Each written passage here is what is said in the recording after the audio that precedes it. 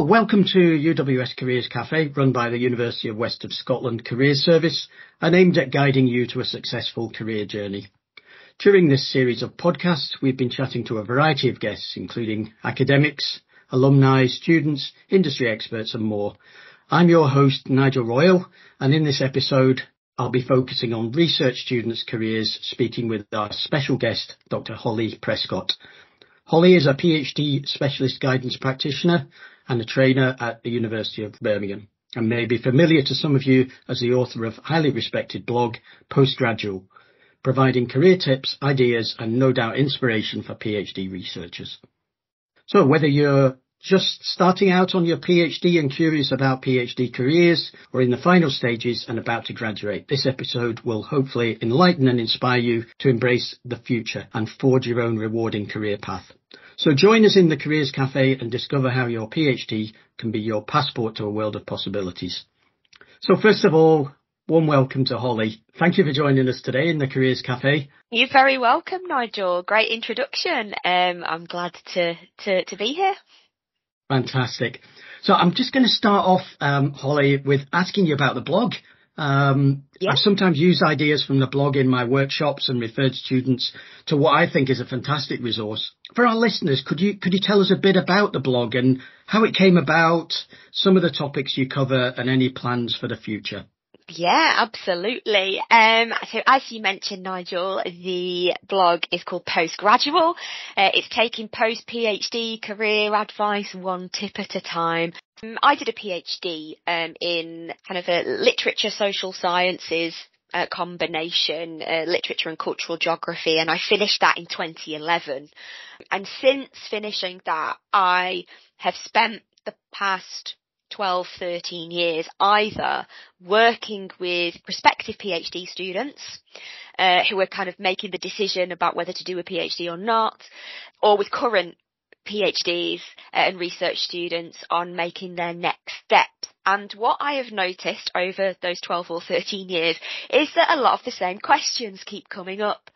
And I was building up over time quite a lot of examples that I thought could give ideas or inspiration to other people, and I wanted to share it more widely. So that's where the blog came from, combined, I think, with my own post-PhD job hunt experience.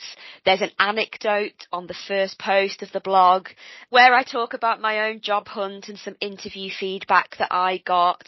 And I remember keep getting these messages when I was going for interviews because I was looking outside of academia that I was coming across as too academic, that they were questioning whether I wanted the job.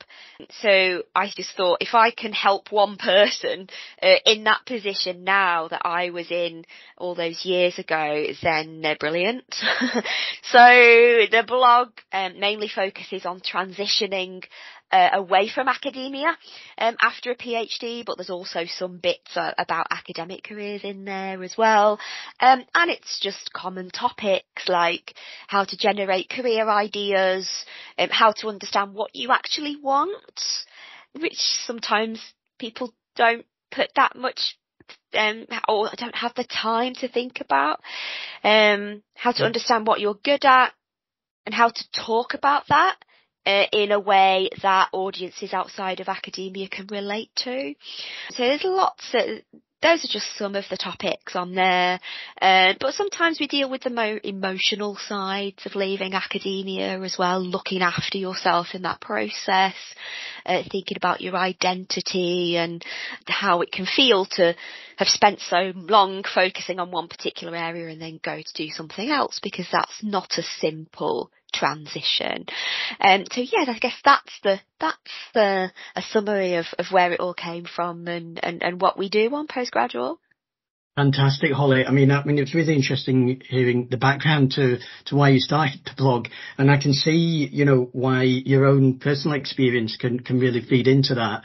And it's interesting that you've brought up that question of emotion as well. It's something we don't always talk about in relation to sort of career guidance and choosing careers and so on. But I think it is very important to consider that as part of the mix when we're making decisions. Oh, absolutely, because, depending on our depending on our background and how we think about it, what we do could be a big part of who we are. And if you have been doing a PhD or a research degree and you have been passionate about and really deeply focused on one area for a long time, you can kind of subsume that into, that becomes part of who you are. So you might start to ask questions: if I'm not doing that anymore, who am I? What am I? And I wouldn't expect anybody to feel neutral about that. People are going to have some strong feelings about it. So, yeah, it's important to talk about. Yeah, absolutely. And I mean, I think also it's a sort of level of investment, isn't it, that students make in a PhD, in the same way that undergraduates make an investment. But I think as PhD students, the investment is that much more. And so the emotional commitment's that much more. So thanks very much for that. I'm sure listeners will be clicking on the link to this resource later. And I should say that there are many other valuable PhD career resources to tap into, which we'll be talking about later as well. And I'll make sure all the links are in the podcast description. I would say from my experience of talking to PhD students at UWS, they may already know the stats and how challenging it can be to compete for academic jobs, but a majority do still seem to be focused on progressing towards a career in academia, despite there being such a wide range of career possibilities beyond the academic arena. I wonder if you could unravel that and maybe think about why that might be, Holly. Yeah, this is such an important question, isn't it? To not take this at face value and ask if a lot of PhD researchers are still indicating a desire for an academic career. Why is that? I think we should ask why a bit more. So this is a really good question. I think there are myriad reasons for this. If we go back to what I just talked about, the first is probably passion for what you do, love for the subject, a wish to carry on doing that. There was, for example, there was very little else that would let me do English lit for a living other than being an academic, right? So yeah. If you love what you do, you still want to be working towards research goals in that field, then you may think an academic career is the best place for that. And I find that difficult to argue with, because that is the main way, or one of the main ways that you can carry on contributing to scholarship in your field, if that's what you want to do. But outside of that, I think there might be a lot of other things going on as well. So if you are a research student keen on an academic career, one of the things that I would ask you think about is, where are your impressions coming from as to what an academic career comprises, right? What does it involve? And are you confident you've got a clear picture of that, right? Because the reason I say this is because I hear a lot of PhD students talking to me about wanting an academic career because they feel it will allow them to research whatever they like. They have an impression that it will be like doing a PhD forever, which could be fantastic or a nightmare, depending on who you are. But I think some of those researchers don't fully appreciate how the academic workload changes as you progress. What are the differences between doing research and managing research, which if you stay in academia, you will have to do more and more of. So that's why I would urge people to make sure they've got a realistic picture of what's involved in academia as you progress. If you can get experience of things like grant writing, or just find out more about what's involved from people who are more senior, and ask yourself, is that something you see yourself doing? Really, is it? Is that for you? And if it isn't, that's fine. There are lots of other options. Linked to that, I think there's pressure. Could be another reason. So again, ask yourself that wish to apply for academic jobs. Where's that coming from? Is it coming from you, or is it coming from outside? Is it coming from feelings like, this is what I'm meant to do, or I will be letting people down if I don't go for academic jobs and things like that? Or something like, I'll be wasting my PhD if I don't go for academic jobs. But what I say to that is, I would instead argue you're wasting your PhD if day to day you're not using the skills you want to use, and if you're not solving the problems in the world that you want to solve, right? So whatever it is, your PhD will never be wasted as long as you're applying your skills and abilities towards ends that mean something to you, right? And that could be in an academic job, or it could be in something else. And that's kind of like the final reason, I guess, is you may be considering an academic career just because you're unaware of what else is out there. Or even you might have been discouraged from exploring that by various people, for a variety of reasons. So what I would say to you is, these careers beyond academia, or I have problems to call them beyond academia or non-academic or academic adjacent. It's like, why does academia always have to be at the centre? Anyway, is doing something else, then that's not a consolation prize. That's what most people do. So that's just a bit of encouragement there. And I have interviewed many people for my blog who have got what we might consider to be the holy grail of a permanent academic job, but have still chosen to leave because it's not giving them what they want. So it's not failing to decide to do something else. It's a conscious choice that is putting you at the centre. I mean, what I sometimes hear is this idea of doing a job that isn't an academic job is somehow selling out to the enemy kind of thing. And it's a shame because there are so many great opportunities out there. I will say, if you are going to choose to pursue an academic career, that should be a conscious and a strategic decision, not just a default. Default. Yeah, I think that's the point, isn't it? So I'll say to our listeners, if you are curious about some of the career paths that PhD students can go down, as Holly mentioned, she's interviewed many people on her blog that illustrate some of the examples outside of academia. But there are also lots of resources which I'll provide links for in the description, where you can hear videos or you can read about what people are doing outside of academia. There's lots of ways you can find out more about that. Holly, you might be able to give us a success story that stands out in your own mind that maybe illustrates some of that. Oh, yeah, absolutely.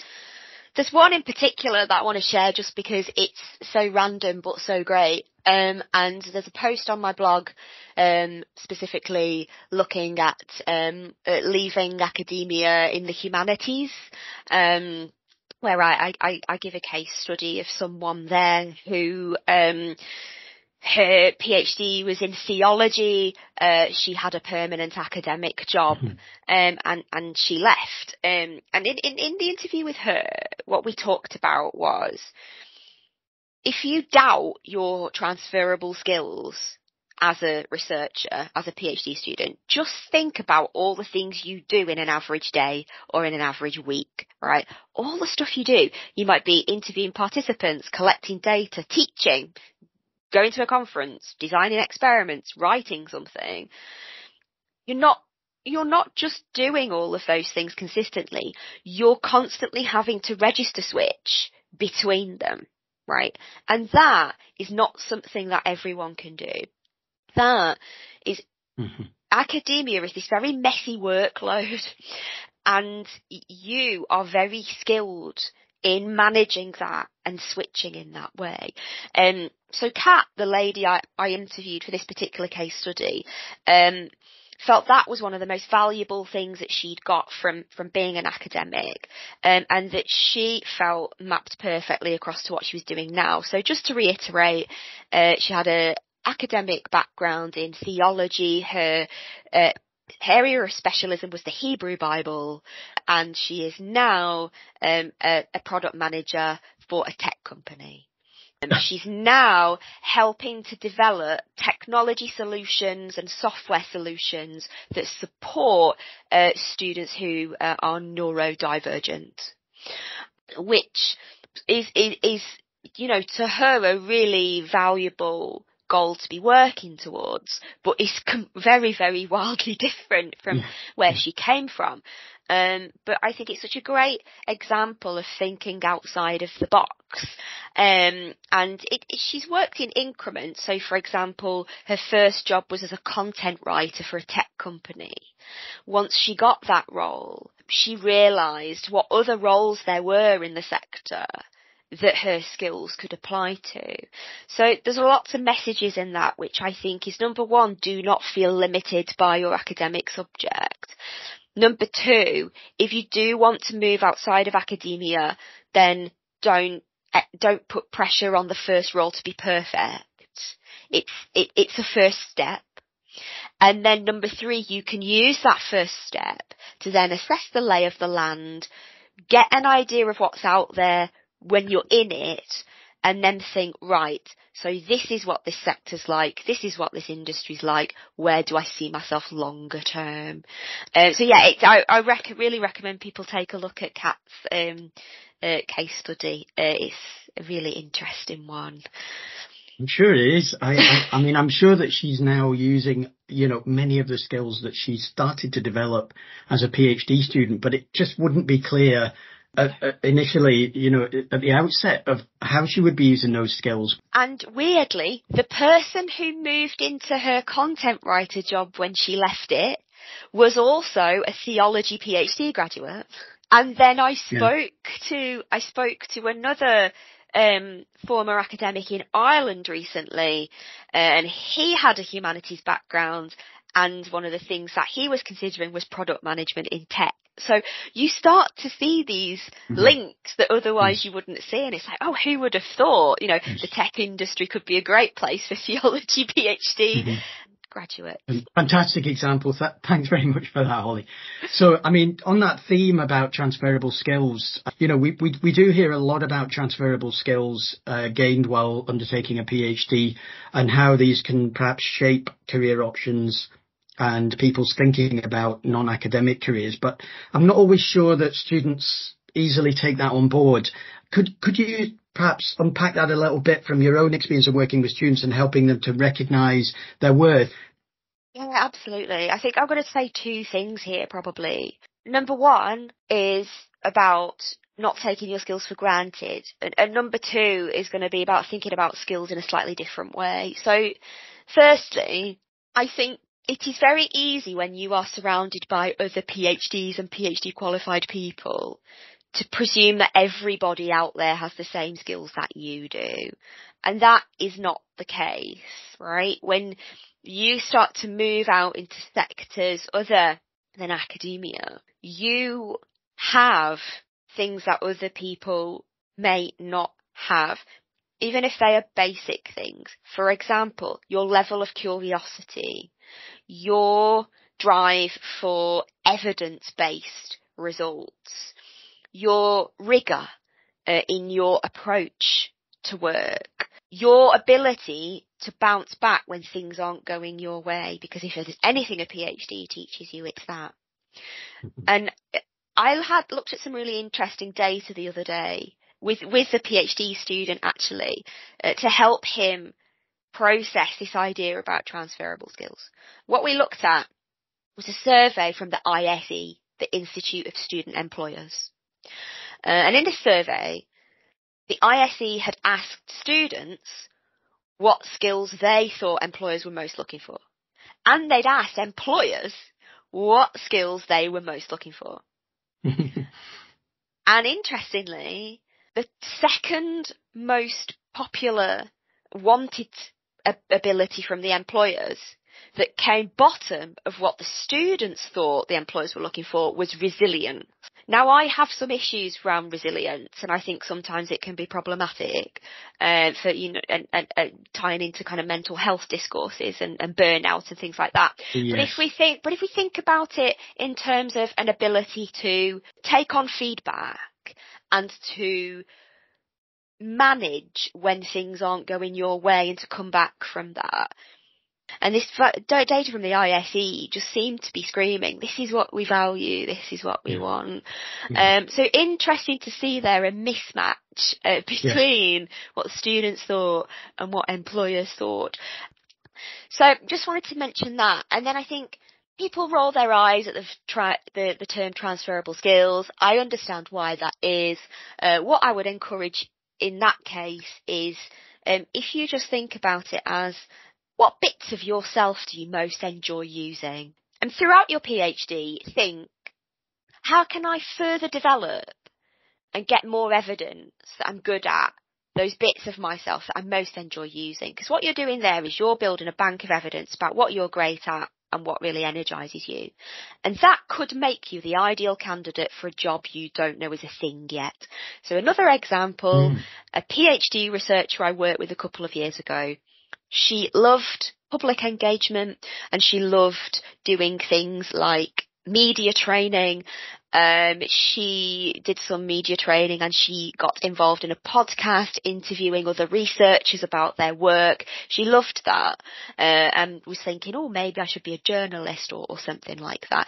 Anyway, she pursued that and she got lots of experience and developing her skills along those lines. And then towards the end of her PhD, she was talking to a friend in whose company a job had popped up, and the job was a field application scientist, and it basically involved going out and interviewing scientists about how they were using microscope products, what their experiences were, how they thought they could be improved, and feeding that back to her company to improve these instruments.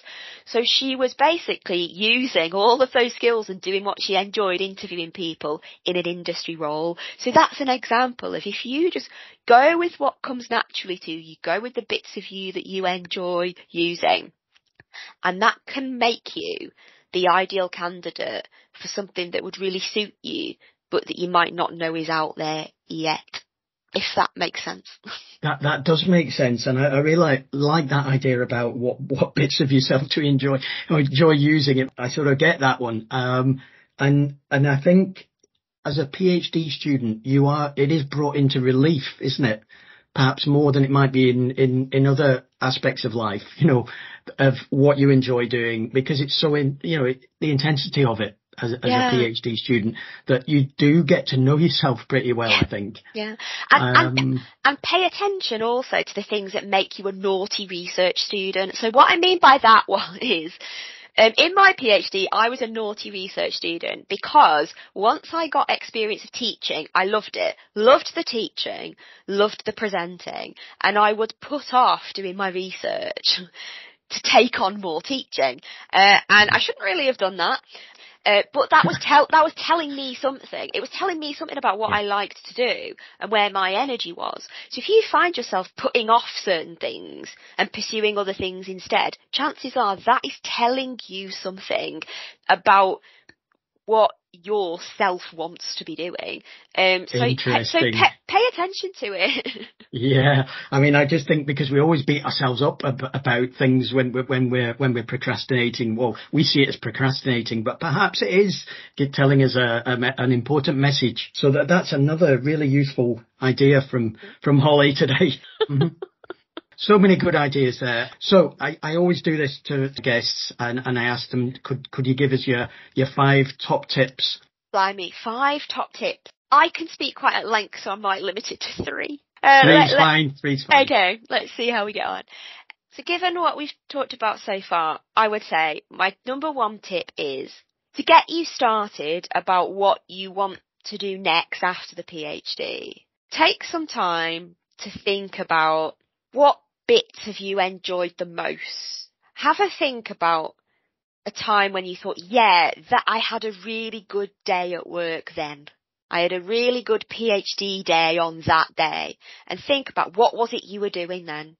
And take that and then ask the question, what kind of roles, what kind of work would let you do those things for more of your time? And that's a way of getting a research question for yourself to lead your kind of options research, to go out in in search of things that would tick those boxes, so to speak.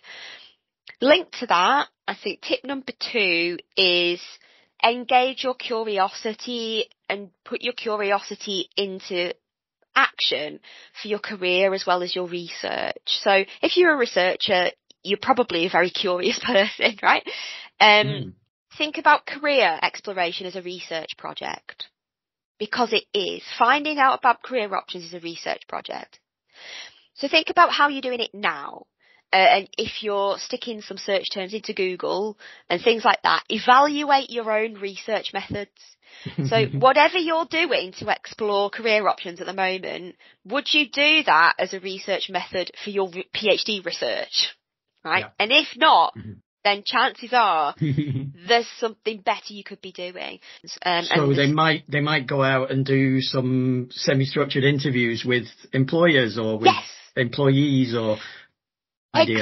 Exactly. Yeah. So you think, if you want to find out something in your research, how do you do that? You talk to people. You make enquiries. You might find a community of people that know more about that thing than you do and engage with that community. You do the same things to find out about career options. Okay. Absolutely. So that's another tip. And then I said the final one, and I think this is linked to that, is don't expect an epiphany. Career ideas don't come out of nowhere. Just like research ideas don't come out of nowhere, okay? Your ideas for your PhD and what you wanted to focus on probably came from somewhere, whether that was from your contact with other people, with experts in the field, with previous work, whatever it was. You probably had to engage with people, ideas and things to get your PhD ideas. You need to do the same things to get career ideas. So the more you engage with other people, talk to people about what they do, then the more chances you have of ideas coming to you. So don't adopt a passive approach and expect that one day everything will become clear and you'll have that epiphany. You need to create that epiphany proactively for yourself. And often that's by doing a lot of the same things that you did to come up with your research ideas as well. So just really think about the transferability. It's not even transferability of your skills, it's the transferability of the research process to exploring career options. I mean, if I'm right, I think one of your blog posts was about that, relating the career research to a research project. It was, yeah. The post from February gives you some specific tips on that. Yeah, fantastic. So, I mean, we're going to explore what bits of ourselves we enjoy using. We're going to think about, the naughty research student. We're going to not expect an epiphany. Some fantastic tips there, Holly. And I know that you've posted me some resources which I can share with students in the description. I don't think we've got time to discuss those just now, but we've covered such a lot of ground there, and I think your very clear and incisive take on all of this should be, invaluable to students. And I hope that our listeners have enjoyed hearing Holly's examples and some of her sort of interesting ideas. So can I just say thank you very much for taking the time to be with us today. We very much value your input, and I look forward to, further discussions with yourself. Thanks so much, Nigel. No, it's been a pleasure. And yeah, everybody listening, I hope you got something useful from it. You have been listening to the UWS Careers Cafe, the podcast from UWS Careers team with hosts Una Ramsey and Nigel Royal, where we talk about everything related to student and graduate careers. If you have enjoyed listening to this episode, please check out the others in the series. Also, you can follow the link in the description to our website, where you will find an amazing array of career resources to help you forge your path to a rewarding career.